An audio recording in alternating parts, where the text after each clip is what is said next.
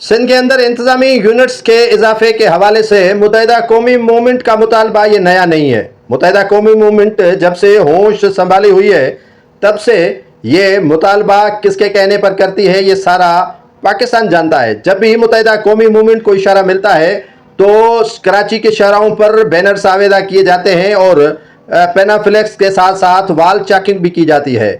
इंतजामी units के इजाफे के हवाले से और कराची में शहरों पर नए सूबों के क़याम के हक़ में नौजवान मुहाजिर के नाम से बैनर्स आवेदा कर दिए गए हैं, जिन पर नए सूबों के हक़ में मुख्तलिफ जुमले कसे गए हैं, लिखे गए हैं। अवाम के मसाइल का हल, नए सूबों का क़याम है, इंतजामी तकसीम, बेहतर हुक्मरानी की तदबीर, सूबे ज़्यादा, तरक्की ज़्यादा। हम पाकिस्तान भर में नए सूबों के क़याम का भरपूर ऐलान करते हैं, यानी सूबे बनाने का अख्तियार भी MQM के पास। तो नाज़रीन, इसके पस मंज़र में अगर हम जाएंगे तो सिंध के कौम परस्त और दीगर जमातों के रहनुमा कहते हैं कि ये पीपल्स पार्टी को मजबूत करने के लिए मुत्तहिदा कौमी मूवमेंट इस इशू को उठा रही है।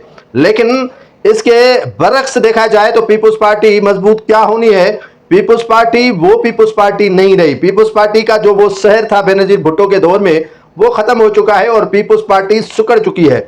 पीपल्स पार्टी अपने मौत आप मरने वाली है, उसे भला गिरी हुई जमात कैसे सहारा दे सकती है।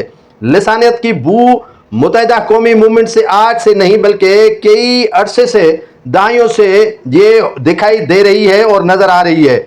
मुत्तहिदा कौमी मूवमेंट के जो बानी थे वो कभी इस तरह के बयानात दिया करते थे, अब आफाक और मुस्तफ़ा कमाल के सूरत में इस तरह के बयानात दिलवाए जाते हैं। और कभी आर्ट कौंसिल के जो सरबराह हैं अमन शाह से भी बयान कसवाए जा रहे हैं कि सिंध तो जामशोरों पर ही ख़त्म हो रहा था, कराची से सिंध के बाशिंदे वाकिफ़ ही नहीं है। ये एक कड़ी है।